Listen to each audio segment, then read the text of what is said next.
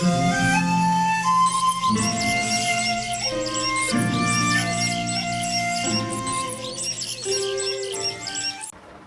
వాక్యం సెలవిస్తుంది, ద్రాక్షవల్లిని నేను, తీగలు మీరు. ఎవడు నా యందు నిలిచియుండునో, నేను ఎవని యందు నిలిచియుందునో వాడు బహుగా ఫలించును.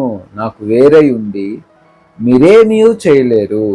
యోహాను సువార్త 15వ అధ్యాయము 5వ వచనంలో రాయబడిన ఈ మాట మనకు చాలా విషయాలు ఈరోజు జ్ఞాపకం చేస్తుంది.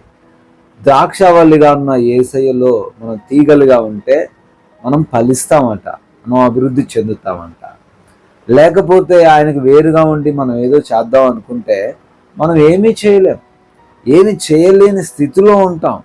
దేవుడు మాకు అడ్డుగా ఉండండి, దేవుడు నా కాళ్ళకు సంకెళ్ళగా ఉన్నాడు, నేను పాపం చేయడానికి అడ్డంగా ఉన్నాడు, అందుకే నేను చర్చి మానేస్తున్నా, అందుకే దేవుని సన్నిధికి రావట్లేదు అని బహుశా ఈరోజు నువ్వు అనుకుంటున్నావేమో.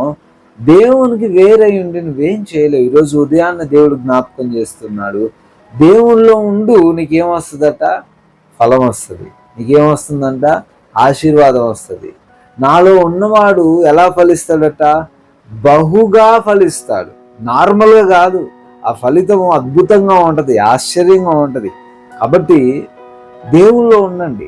దేవుళ్ళో ఉంటే మీరు బహుగా ఫలిస్తారు. దేవుళ్ళో ఉంటే అద్భుతంగా ఫలిస్తారు. దేవునికి వేరే ఉందామనే ఆలోచన బహుశా అపవాది ఈరోజు నీలో పెడుతున్నాడేమో, దాన్ని తొలగించుకో.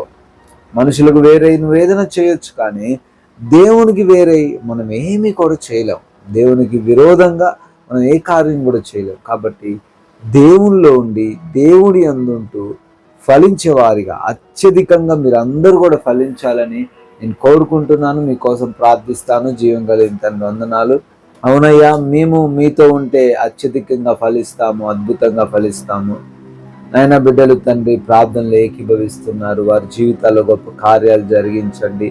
మీకు వేరే ఏదో చేద్దామని అనుకుంటున్నారు, కానీ నాయన ఏమీ చేయలేరు అని మీరు ఈ లేఖనాల ద్వారా సెలవిస్తూ ఉన్నారు. బిడ్డలు తండ్రి మీలోనే స్థిరంగా ఉంటూ వారి యొక్క ప్రతి విషయంలో కూడా ఫలించే కృప దయచేయండి నాయన. మంచి ఆరోగ్యము, మంచి బలము, శక్తిని దయచేయండి. అనారోగ్య పరిస్థితులను దూరపరచండి. అయ్యా, ఆర్థిక పరమైన ఇబ్బందులు ఈరోజు వారికి ఏవినూ ఎదురవ్వకుండా సహాయం దయచేయండి. వారి ప్రయాణాలను ఈరోజు దీవించండి. అయ్యా, ఏ అపాయం జరగకుండా కాపాడండి. ఈ రోజున నాయన ఎగ్జామ్స్ రాస్తున్న వారు, ఇంటర్వ్యూస్కి వెళ్తున్న వారు ఉన్నారు, వారికి మంచి జ్ఞానము దయచేయండి ప్రభువా. ఈ రోజున ప్రభువా, ఎవరైతే హాస్పిటల్స్కి వెళ్తున్నారో వారి రిపోర్ట్స్, డెలివరీస్ విషయంలో కూడా కృప చూపించండి.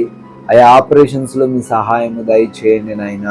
అదేవిధంగా తండ్రి, ఈ రోజున మీ నామాన్ని మహిమపరిచే విధంగా అందరి జీవితాలు మార్చమని, ఈ యొక్క నూతన దినంలో తండ్రి అద్భుతమైన కార్యాలు ప్రతి ఒక్కరి జీవితంలో జరిగించమని ఆయన, వారికి తండ్రి ఏ లోటు లేకుండా సకల సమృద్ధిని మీరే అనుగ్రహించమని, ఆశీర్వాదాలతో ఈరోజు నింపమని, ప్రతి పనిలోనూ అయా ఫలింపును దయచేయమని యేసు నామములో ప్రార్థన అడిగి వేడుకొని పొందుకొని ఉన్నాము తండ్రి.